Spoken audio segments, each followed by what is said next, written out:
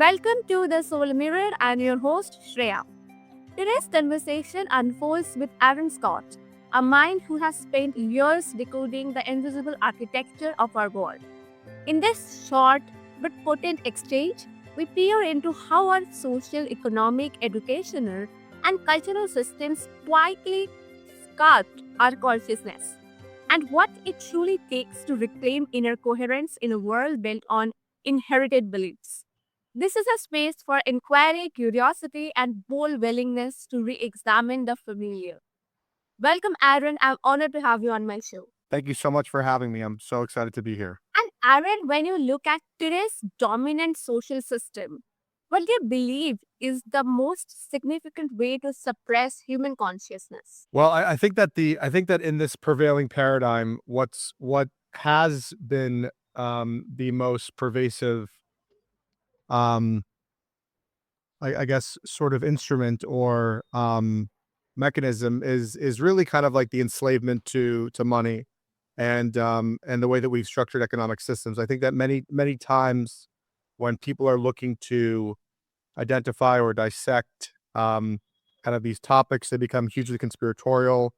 Um, but I think that really when we boil it down, it's about people's need to accumulate money, whether it's to live or even kind of on a heightened level, people's ambition and desire to excel or to accumulate large amounts of money. This is, I think, the kind of most pervasive and prevailing force that we see in today's world, and I think that it kind of makes sense, right?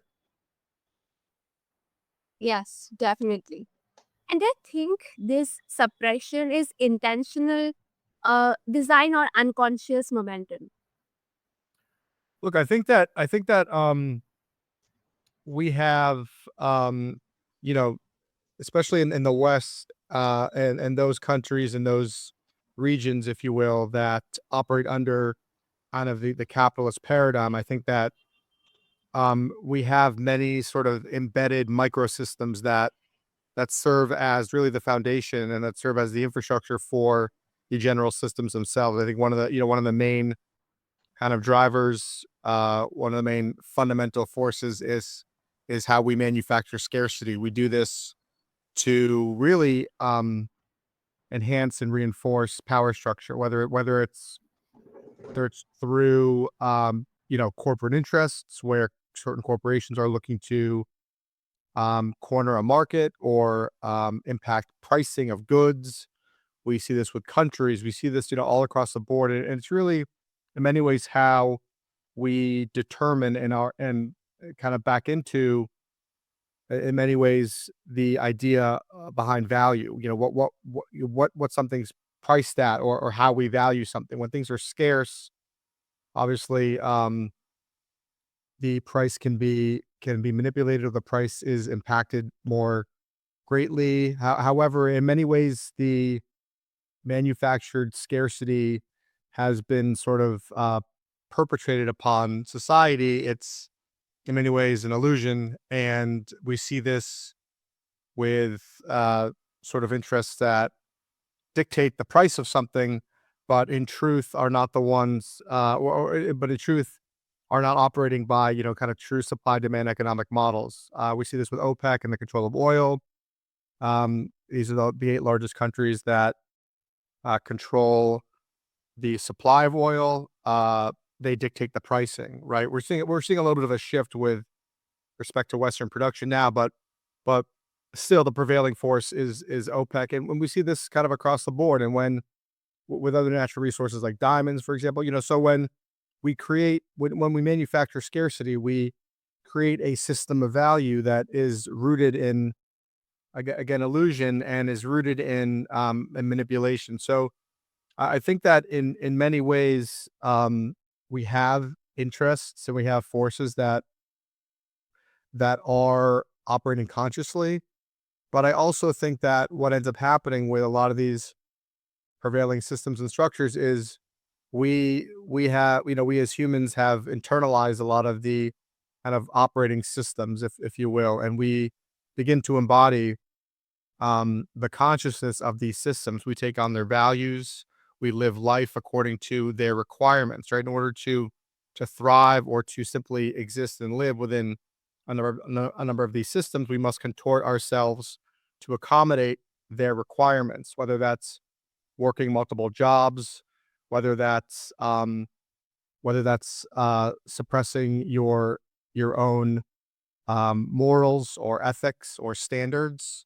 We do these things because we must, but on a greater scale, when societally we accept blindly these systems, they become the scaffolding for our identity. And we see this across the board. This is not, again, not just this is not just a diatribe on Western capitalism or late stage capitalism. It takes place with other societies, within other societies as well, communist societies, socialist societies. People don't necessarily realize them or recognize them for what they are, but in truth, this is really kind of the linchpin of my effort, and is really kind of how I shape my book, which was released about a month ago, Before We Forget: The Guide to Personal and Collective Awakening, where I look to kind of unveil these systems for people and let them kind of peer into, if you will, the veils, the illusions, and how we have molded ourselves, our senses of self, our identity, in ways that are oftentimes unconscious.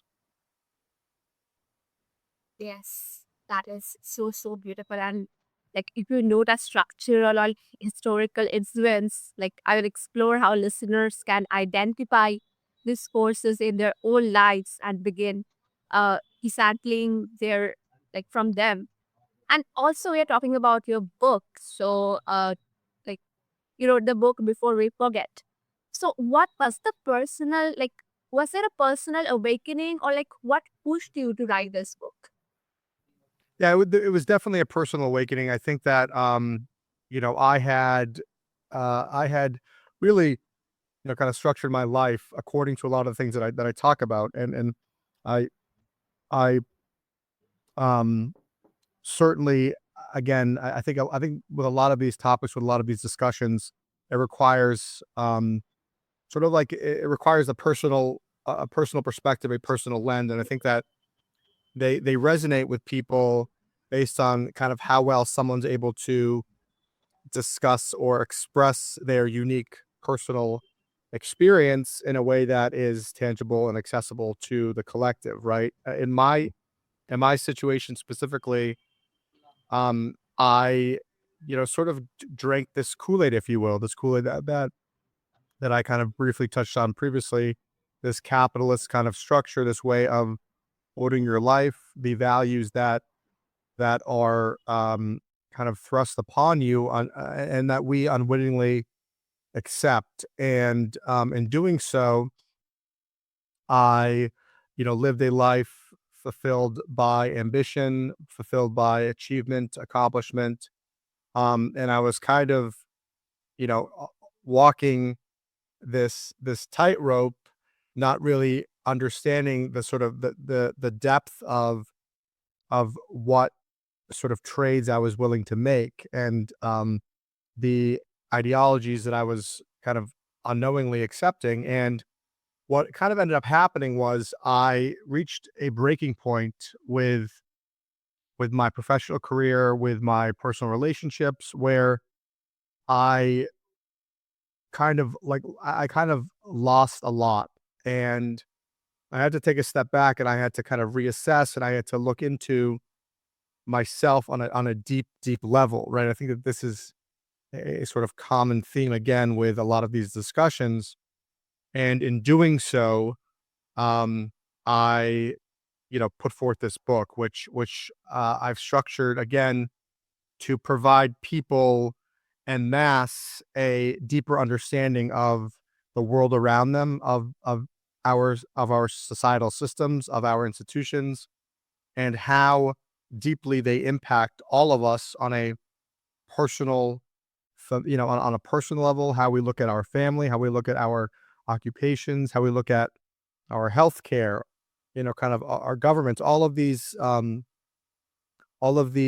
sort of systems and institutions that we have blindly sanctified in many ways. Now, certainly, people have issues with political frameworks and power structures, but this is a deeper conversation, and I try to um, sort of layer into that the personal experience and what awakening for me and for most people I think kind of what it kind of looks like and what I think would be a beneficial way to digest this kind of process. I think that it's important not to get dogmatic with these discussions because in truth it's really about your individual perspective and individual truth.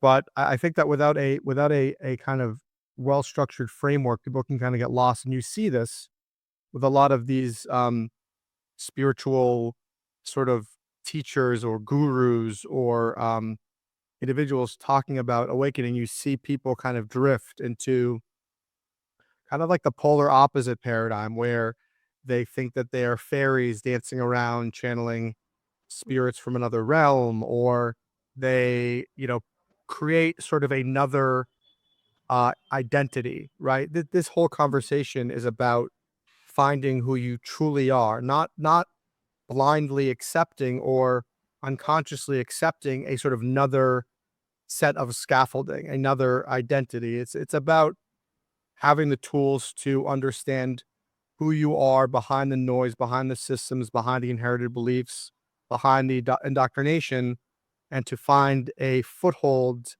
in yourself. This is not easily accomplished, obviously, and um, for this reason, and for I think many of these discussions, they kind of will not penetrate the mainstream. What I will say, interestingly enough, is that and I don't think that people in the West kind of realize this, but in other countries, certainly in the East, the idea of spirituality is kind of comical, right? It's kind of like, oh, you're spiritual. Oh, of course you're spiritual. It's understood that you are spirit, or that you are soul living in this material body, that you are existing across different planes. It's only in the West that people again kind of commodify um and structure this whole identity around this spiritual nature, right? It's just kind of it's actually kind of remarkable how it manifests in different parts of the world. So again, just kind of like a side comment. It's again another I think another kind of byproduct of this way of thinking, of this indoctrination. Yes. I think you described it so well. And also, your book and your podcast emphasize awakening in the modern world. What is the first awakening most people resist even when they are actively seeking growth? I think that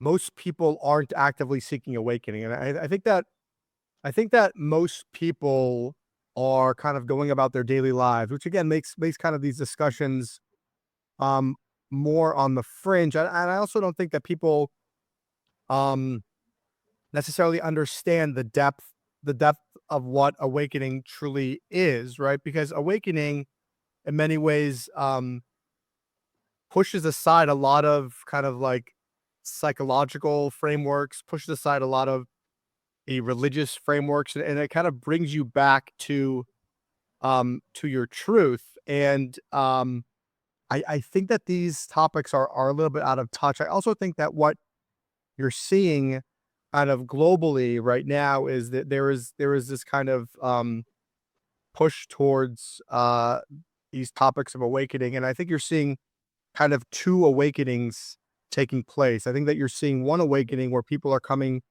to realize the levels of sort of um mass manipulation and power structure and greed and corporate interests, and how it's these interests and this mindset that has shaped the sort of global landscape, right? This is kind of one awakening. I think a lot of people kind of have been have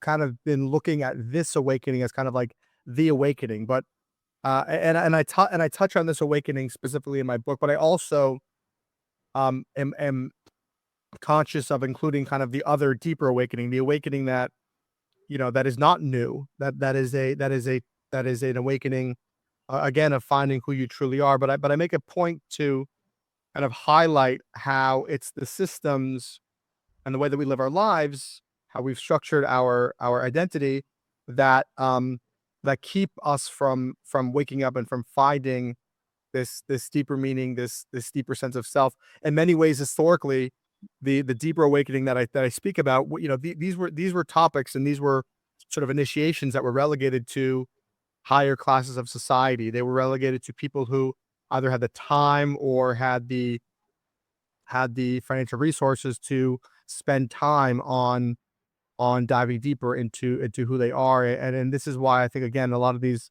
topics are pushed to the fringe, or not kind of readily accessible, because people don't have sort of conscious bandwidth to dive into them. Um, what's important, however, is, and again, this is kind of part of my effort, is to really democratize these conversations and these topics, because if people aren't at least given a foray into these topics, then really we don't evolve consciously, and we don't evolve as a society, we don't evolve as a civilization, because we allow ourselves to be continually pushed and pulled by external forces. And again, really kind of underpinning to these discussions is about you being the one dictating your external reality, not your external reality dictating who you are and how you live your life. After your answer, I will like synthesize emotional and psychological markers that so someone is stepping into a new level of consciousness. And also talk about inherited beliefs shaping our identities. Which inherited belief do you think is currently doing the most collective damage? There are so many inherited beliefs, but I think that especially in the West, and certainly other parts of the world, we have um, a number of inherited beliefs, like that religion, for example, perpetrates. We are given this belief that we are given kind of this illusory, or rather false, hierarchical structure.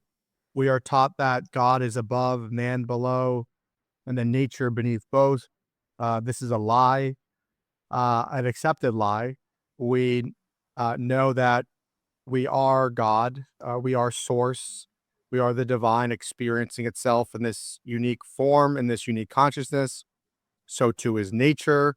So too is m- everything else, right? So this is a kind of an important, I think, this is an important kind of anchoring that we're taught early on. And what does this do? Well, it tells you that you are, in many ways, you are less than, or you kind of give up autonomy to authority. Like, when you don't look at yourself as God, or you don't look at yourself as source, it's kind of like it's kind of, you lose your sovereignty in many ways. You give up control to pseudo sanctified authority figures. You sit in front of a television and you blindly accept what somebody tells you, because you feel that you don't have the ability to discern when given all of the information.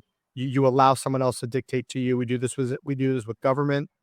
We do this with all sort of aspects throughout our lives, where we give up agency, we give up autonomy, we give up control, because that's just the way it is. I mean, this is unconscious, but this happens everywhere. I mean, and we accept it as part of this sort of social order. We look at ourselves, indoctrinate, I believe we look at ourselves as material beings. We are fed, at least in the West, we are fed a lie of perpetrated by scientific materialism, where we're told that consciousness arises from the physical world, that it's nothing more than some strange spark. But And this is how we've structured our entire lives. Through this model, we've created this sort of reductionist view of the world.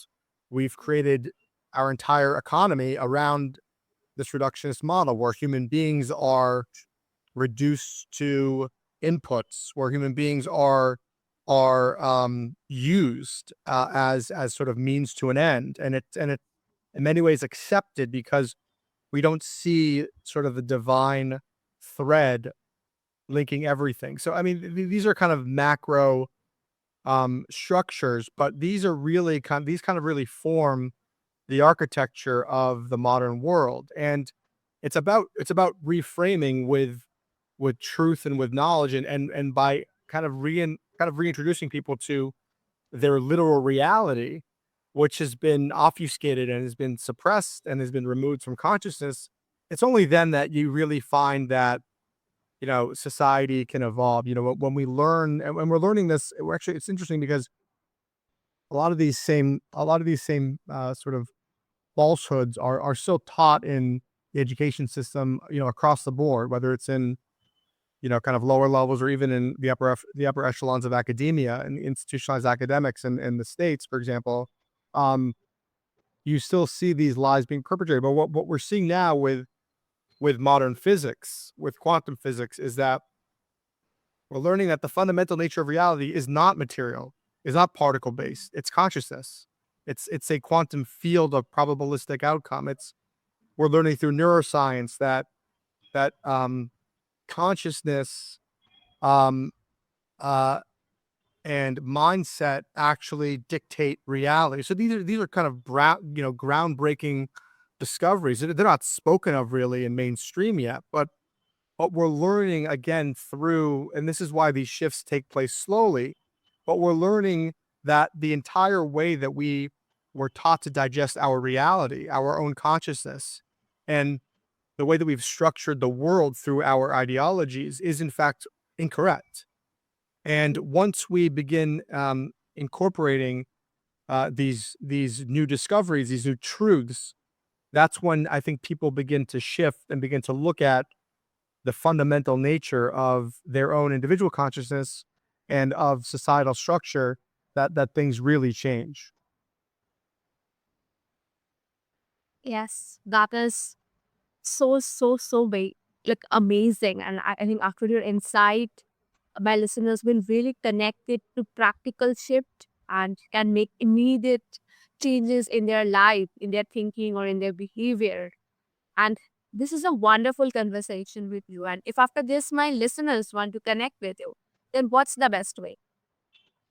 And so I have a website, theaaronscott.com, two A's, two T's. I offer I offer private sessions. I also speak globally. Um, they can connect with me there. I have my podcast, the Evolved podcast with Aaron Scott, and then obviously, my book. If they want to kind of dive deep into the crevices of my soul and who I am, that's a great way to kind of connect with me, if you will. Yes, and I will make sure to attach all these details and links below so that the listeners can find them easily and they can touch with you and know more from you because you're really a wonderful person. And to all my listeners, as we close, let this conversation be more than awareness. Let it be an invitation. If today's dialogue stirred something in you, follow that trend. Question the familiar, observe the systems shaping your inner world, and choose the evolution that feels authentically yours. Transformation begins with a single honest examination. So take the next steps carefully. Thank you.